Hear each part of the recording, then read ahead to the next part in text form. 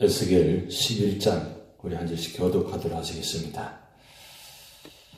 그때에 주의 영이 나를 들어 올려서 여호와의 전 동문 곧 동량한 문에 이르시기로 보니 그 문에 사람이 25명이 있는데 내가 그 중에서 아술의 아들 야하사냐와 버냐의 아들 블라다를 보았으니 그들은 백성의 고관이라. 그가 내게 이르시되 인자야 이 사람들은 불의를 품고 이 성 중에서 악한 꾀를 꾸미는 자니라. 그들의 말이 집 건축할 때가 가깝지 아니한즉 이 성읍은 가마가 되고 우리는 고기가 된다 하나니 그러므로 인자의 너는 그들을 쳐서 예언하고 예언할지니라. 여호와의 영이 내게 임하여 이르시되 너는 말하기를 여호와의 말씀에 이스라엘 족속아 너희가 이렇게 말하였도다. 너희 마음에서 일어나는 것을 내가 다 아노라. 너희가 이 성읍에서 많이 죽여 그 거리를 시체로 채우도다. 그러므로 주 여호와께서 이같이 말씀하셨느니라. 이 성읍 중에서 너희가 죽인 시체는 그 고기요 이 성읍은 그 가마인데 너희는 그 가운데에서 끌려 나오리라. 나 주 여호와가 말하노라. 너희가 칼을 두려워하니 내가 칼로 너희에게 이르게 하고 너희를 그 성읍 가운데에서 끌어내어 타국인의 손에 넘겨 너희에게 벌을 내리리니 너희가 칼에 엎드러질 것이라. 내가 이스라엘 변경해서 너희를 심판하리니 너희는 내가 여호와인 줄을 알리라. 이 성읍은 너희 가마가 되지 아니하고 너희는 그 가운데에 고기가 되지 아니할지라. 내가 너희를 이스라엘 변경해서 심판하리니 너희는 내가 여호와인 줄을 알리라. 너희가 내 율례를 행하지 아니하면 규례를 지키지 아니하고 너희 사방에 있는 이방인의 규례대로 행하였느니라 하셨다 하라. 이에 내가 예언할 때에 버냐야의 아들 블라다가 죽기로 내가 엎드려 큰 소리로 부르짖어 이르되 오호라 주 여호와여 이스라엘의 남은 자를 다 멸절하고자 하시나이까 하니라. 여호와의 말씀이 내게 임하여 이르시되 인자야 예루살렘 주민이 내 형제 곧 내 형제와 친척과 온 이스라엘 족속을 향하여 이르기를 너는 여호와에게서 멀리 떠나라. 이 땅은 우리에게 주어 기업이 되게 하신 것이라 하였나니 그런즉 너는 말하기를 주 여호와의 말씀에 내가 비록 그들을 멀리 이방인 가운데로 쫓아내어 여러 나라에 흩었으나 그들이 도달한 나라들에게서 내가 잠깐 그들에게 성수가 되리라 하셨다 하고 너는 또 말하기를 주 여호와의 말씀에 내가 너희를 만민 가운데서 모으며 너희를 흩은 여러 나라 가운데서 모아 내고 이스라엘 땅을 너희에게 주리라 하셨다 하라. 그들이 그리로 가서 그 가운데의 모든 미운 물건과 모든 가증한 것을 제거하여 버릴지라. 내가 그들에게 한 마음을 주고 그 속에서 새 영을 주며 그 몸에서 돌 같은 마음을 제거하고 살처럼 부드러운 마음을 주어 내 율례를 따르며 내 규례를 지켜 행하게 하리니 그들은 내 백성이 되고 나는 그들의 하나님이 되리라. 그러나 미운 것과 가증한 것을 마음으로 따르는 자는 내가 그 행위대로 그 머리에 갚으리라. 나 주 여호와의 말이니라.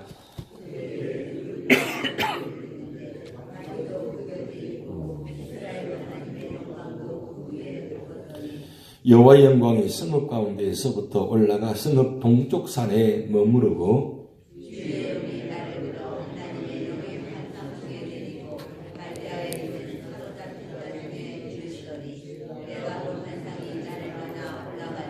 합독하시겠습니다. 내가 사로잡힌 자에게 여호와께서 내게 보이신 모든 일을 말하리라. 아멘. 오늘 11장은 8장부터 11장까지 네 가지 환상 중에 마지막 장면입니다. 네 번째 장면은 하나님께서 이 에스겔 선지자를 동문을 향해서 보여주시는데 그 동문에 보면 25명이 보여집니다. 네, 25명 중에 특별히 이 버냐냐와 블라다를 보여주십니다. 일반적으로 여기 해석을 두 가지로 일반적으로 해석하는데 25명은 제사장이지 않겠나라고 해석할 수 있는데 여기 본문의 해석은 제사장이 아니고 분명히 본문에 기록하기를 백성들의 고관이라 그랬어요. 그럼 백성의 고관이 누구냐? 바로 그때 당시 정치 지도자입니다.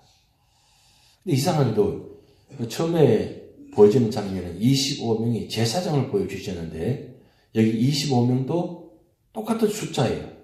24명은 제사장이고 마지막 25번째 숫자는 대제사장입니다. 그러니까 하나님께서 8장, 9장, 10장, 10장 계속 보이는 장면 중에서 백성의 대표인 제사장도 하나님의 심판의 대상이 되고 그리고 정치 지도자도 심판의 대상이 되는 모습을 지금 기록하고 있습니다. 그런데 특별히 두 사람 이름을 기록해 놓았어요. 그러면 무슨 뜻이냐? 정치 지도자 중에서 가장 악한 자들 이름이 두 사람이 기록된다는 뜻입니다. 이 야하시아나와 그 다음에 블라다가 그때 당시에 가장 악한 자들이라는 뜻입니다. 이 악한 자들이 예루살렘 성전과 성전 주변에 예루살렘 성에 이 두 사람이 특별히 주동자가 되어가지고 하나님 앞에 타락한 사람들이 되어져 갑니다. 근데 그들이 무슨 이야기를 하냐면 이런 이야기를 합니다. 자기들은 이 성읍의 안에 있기 때문에 가마가 되고 이 성읍이 가마가 되고 그 다음에 자기들은 그 안에 있는 사람들은 다 고기가 된다. 그러면 가마와 고기라는 이야기 뜻인데 가마가 무슨 뜻입니까? 큰 그릇에 뜹니다. 큰 그릇은 어떻게 와도 이 가마가 보호해 준다는 뜻이에요. 그리고 이 가마 안에 있는 고기들은 성읍에 있는 사람들 이야기하는데 자기들 이야기합니다. 그렇기 때문에 어떤 외세 적군이 다가온다 할지라도 이 성읍은 가마되어서 자기를 보호해 준다. 그렇게 지금 이야기합니다. 누가 이야기하느냐? 이 정치 지도자들 악한 자들이. 그래서 이 성읍에 있기만 하면 우리는 보호받는다. 그런데 하나님께서 어떻게 하시냐면 이 성읍을 보호해 줄 가마를 어떻게 한 줄 아십니까? 바벨론 3차 침공할 때에 1년 6개월 동안 이 예루살렘 성을 포위하는데 이 바벨론 군사들이 성벽을 세웁니다. 성벽을 세우게 되면 1년 6개월 동안 성벽을 세워가지고 막아버리면 어떻게 됩니까? 그렇게 보호할 이 성읍이 어떻게 됩니까? 아사 상태에 기근의 상태에 됩니다. 왜냐하면 아무도 출입을 못하기 때문에 그 안에 있는 모든 식량이 시간이 지나면서 다 없어집니다. 그래서 우리가 예레미야 말씀, 이사야 말씀을 통해서 보았지만 그 예루살렘 성 안에 있으면서 먹을 것이 없으니까 결국은 자기 자녀들까지 인육을 먹게 되는 그런 엄청난 사건들이 일어나죠. 그런데 이 성벽을 세워가지고 아사 상태, 포로 상태를 만들고 난 후에 그 다음 마지막 순간에 어떻게 되느냐? 이 성벽을 깨트려 버립니다. 제가 안시성 이야기를 말씀드렸습니다. 안지성을 한번 보여드리려고 합니다. 한번 그 영화를 한번 보셔야 되는데 제가 한번 다음 주나 그 다음 주에 한번 보여드리려고 합니다. 그런데 이 성벽을 세워가지고 아사 상태를 만들고 난 다음 그 다음 어떻게 하느냐? 예루살렘 성벽을 깨트려 버립니다. 깨트리니까 그 사이로 이 성 안에 사람들이 도망을 갑니다. 근데 도망간 사람들이 누구냐? 바로 시드기야 왕과 그 고관들 정치 지도단입니다. 그런데 오늘 본 말씀 기록하기를 그 가마 같은 그 안에서 도망가다가 타국인의 손에서 이스라엘 변경해서 죽음을 당할 것이다 그랬어요. 이 뜻은 시드기야 왕과 그의 정치 지도단이 도망가다가 이스라엘 변방에서 이 바벨론 군사들에게 추격을 당해가지고 거기서 사로잡힙니다. 사로잡혀가지고 거기서 어떻게 되느냐. 시드기야 왕은 우리가 알고 계시듯이 두 눈을 뽑히기 전에 그 앞에서 시드기야 왕 앞에서 그 아들들 다 죽입니다. 그리고 시드기야 왕은 두 눈을 뽑힙니다. 그리고 주변의 지도자들은 그 자리에서 다 죽게 됩니다. 이 예언이 그대로 다 이루어져요. 그러니까 한마디로 말하면 그들이 믿고 있는 예루살렘 성이 가마가 아니라 한마디로 하면 끓는 가마라는 거예요. 여러분 가마가 불을 밑에서 지피 올리면 어떻게 됩니까? 처음에는 아무 일 없이 좋잖아요. 그런 비유가 있습니다.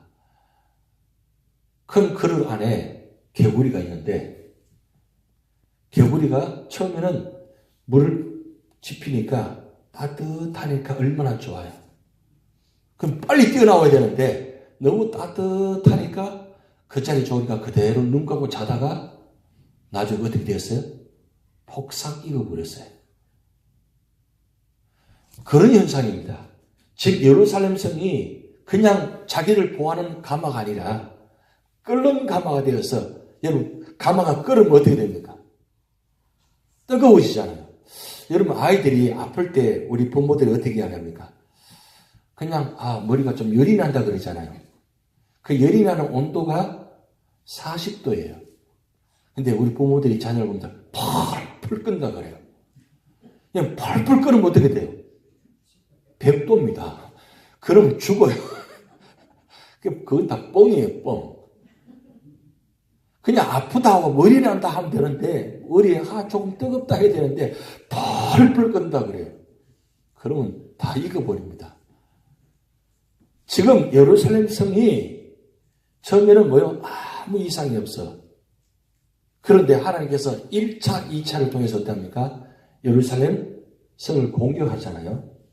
바벨을 통해서. 그런데 여러분 중요한 건 이 13절 말씀 보면 하나님께서 이 정치 지도자들을 죽이시는데 그 장면을 목도하면서 에스겔 선지자가 탄식하며 기도합니다. 13절 보세요. 이에 내가 예언할 때 번야의 아들 벌야다가 죽기로 내가 엎드려 큰 소리로 부르짖어 이르되 오호라 주 여호와여 이스라엘 남은 자를 다 멸절하고자 하시나이까 하니라. 지금 벌야다는 죽어도 마땅해요. 왜? 악한 지도자이기 때문에. 그런데 그 악한 지도자가 죽으면서 악한 지도자만 죽는 것이 아니라 그 사람 때문에 예쁘던 사람들이 다 옆에 죽는 거예요. 보세요.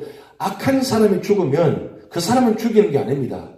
그 사람을 죽이기 위해서 주변 사람들 같이 당하게 되는 거예요. 여러분 그런 상황들 많이 있잖아요. 괜히 예쁘던 사람 옆에 있다가 얼떨결에 당하는 경우가 많이 있다는 거예요. 지금 그런 상황입니다. 그래서 에스겔 선지자는 그 장면을 목도하면서 아니 그 사람은 죽이지 왜 주변 사람을 죽이십니까? 라고 탄식하면서 기도합니다. 기도하니까 하나님께서 14절부터 25절까지 다시 한 말씀을 주십니다. 그 말씀 주시는데 무슨 말씀이냐? 이스라엘을 회복시키겠다. 그 뜻은 이 남은 자를 반드시 하나님 보호하신다는 거예요.